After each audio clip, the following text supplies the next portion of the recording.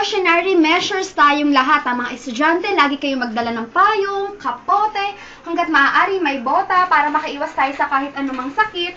At syempre, para sa mga kabahayan natin, lagi tayong mag-ready ng kandila o kaya kahit anuman na emergency lights. Kasi dapat alert tayo dyan. Alert tayo sa lahat ng mangyayari. So, ito, announcement lang.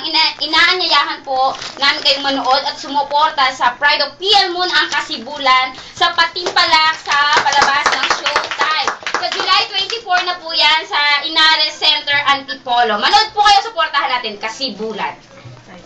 At yan, ngayon naman, nakakatuwa talaga suportahan ng Kasibulan, no? Kaya siguradong ang prayers natin nandyan nakasunod sa kanila dahil hindi talaga biro ang grand finals na ito ng Showtime. Tama, kasi sila yung karoon na nag-perform ng hand mine.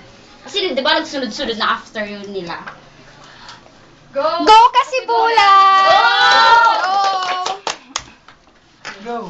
At syempre, gusto ko ring batiin ang ating new Dean ng College of Arts and Sciences, si Professor Sacramento, si Dr. Sacramento. Hi, ma'am.